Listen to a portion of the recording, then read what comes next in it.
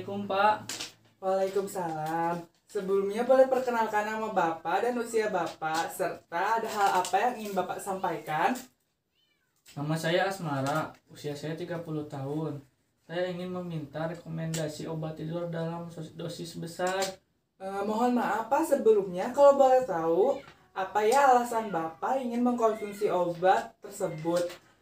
Bisa Bapak ceritakan apa yang Bapak pikirkan, serta apa saja latar belakang yang mendasari kenapa Bapak ingin mengkonsumsi obat tidur dalam dosis besar? Saya sudah menikah dan memiliki 2 anak. Dalam 1 tahun ini saya punya banyak masalah. Saya dipecat dari pekerjaan. Selain itu saya juga terlilit hutang dalam jumlah yang besar. Saya cemas dan sempat kepikiran untuk bunuh diri. Saya cuma bisa tidur bila menggunakan obat penenang. Karena itu saya minta rekomendasi obat penenang dalam jumlah yang sangat besar. Saya terus prihatin atas apa yang Bapak alami. Saya ingin bilang terima kasih Bapak sudah bertahan sampai saat ini dan berjuang untuk melewati masa sulit. Masa sulit tersebut, Bapak memiliki kesabaran yang luar biasa. Bapak sudah mampu bertahan sejauh ini. Ini tuh menandakan Bapak orang yang kuat. Semoga apa yang terjadi dalam hidup Bapak bisa menjadi lebih baik. Karena saya yakin kesabaran Bapak akan membawa Bapak menuju hal indah yang tidak pernah Bapak pikirkan sebelumnya. Yakin bahwa suatu saat waktu itu akan tiba jika Bapak berusaha untuk bangkit dan terus bertahan melewati semua ini. Terima kasih banyak Pak atas motivasinya, sungguh luar biasa dan berarti untuk saya. Ya sama-sama Pak. Sebelumnya Bapak kan meminta saya untuk merekomendasikan obat tidur dalam dosis besar kepada dokter di puskesmas kami, betul Pak? Betul Pak. Sebelumnya apakah Bapak mengetahui apa dampak negatif dari penggunaan obat tidur? Tidak. Apalagi tadi Bapak meminta dosis yang besar ya Pak. Bapak Ya. perlu tahu pemberian obat tidur dalam dosis besar bisa menyebabkan ketergantungan. Selain itu, dampak langsung dan jangka panjang dari konsumsi obat tidur seringnya tidak disadari.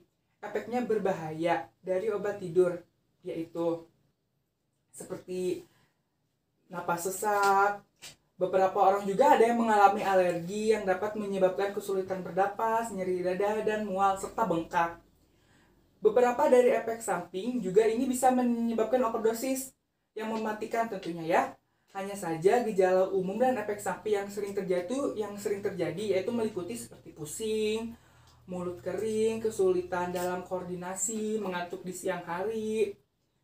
Terus ada juga mimpi yang tidak biasa, gatal dan bengkak, sakit kepala ringan, pernapasan serasa tertekan, dan juga bisa menyebabkan ketergantungan pada obat tidur. Oh gitu ya Pak. Apakah tidak ada solusi lain selain obat? Bapak dianjurkan untuk mengembangkan pola tidur atau istirahat yang efektif, serta melakukan latihan rutin olahraga, yaitu dengan cara yang pertama, latihan secara rutin. Kedua, menghindari perangsangan di sore hari. Yang ketiga, melakukan aktivitas relaksasi sebelum berangkat tidur seperti membaca atau bermain. Dan yang terakhir, berangkat tidur hanya kalau mengantuk. Apakah Bapak sudah menerapkannya? Belum Pak. Nah, Bapak bisa mulai menerapkannya. Selain itu, ada juga yang namanya terapi relaxation therapy dan juga stimulus control therapy. Relaxation therapy meliputi relaksasi otot progresif, latihan pernapasan dalam, serta meditasi. Nah, relaksasi otot progresif melatih Bapak untuk mengenali dan mengendalikan ketegangan dengan melakukan serangkaian latihan. Pada latihan pernapasan, Bapak sebaiknya menghirup dan mengembuskan napas secara perlahan-lahan. Selain itu, ada juga stimulus kontrol terapi, terdiri dari beberapa langkah sederhana yang dapat membantu Bapak dengan gejala susah tidur, dengan pergi tempat tidur saat merasa ngantuk, hindari menonton TV, serta membaca atau makan di tempat tidur. Tempat tidur sebaiknya digunakan hanya untuk tidur dan aktivitas seksual. Jika tidak tertidur 30 menit setelah berbaring, bangun dan pergi ke ruang lain dan melanjutkan teknik relaksasi mengatur jam alarm untuk bangun pada waktu tertentu.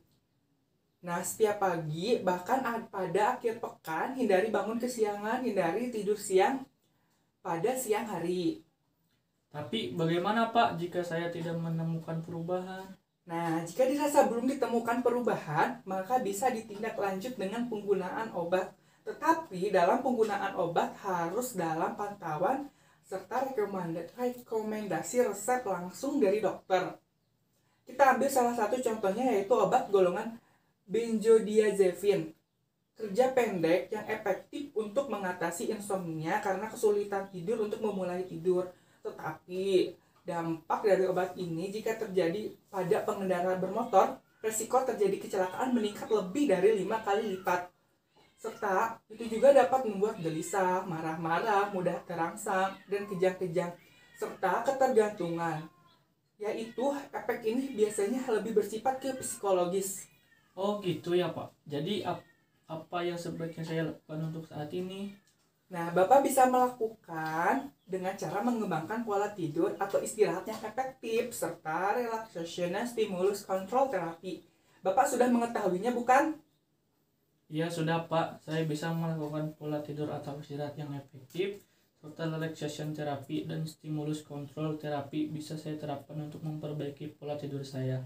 Wah, sepertinya Bapak sudah paham akan rekomendasi yang saya sampaikan, betul Bapak? Betul Pak. Baik, Alhamdulillah jika Bapak sudah paham, apakah ada pertanyaan lain yang ingin Bapak sampaikan atau sudah cukup? Sudah cukup Pak, terima kasih banyak. Ya, baik, Bapak sama-sama. Lekas sembuh ya, Pak. Jika dirasa belum ada perubahan dalam 1 minggu, Bapak bisa datang kembali minggu depan untuk konsultasi tindak lanjut ya, Pak. Baik Pak, saya izin meninggalkan ruangannya Pak. Ya, silakan.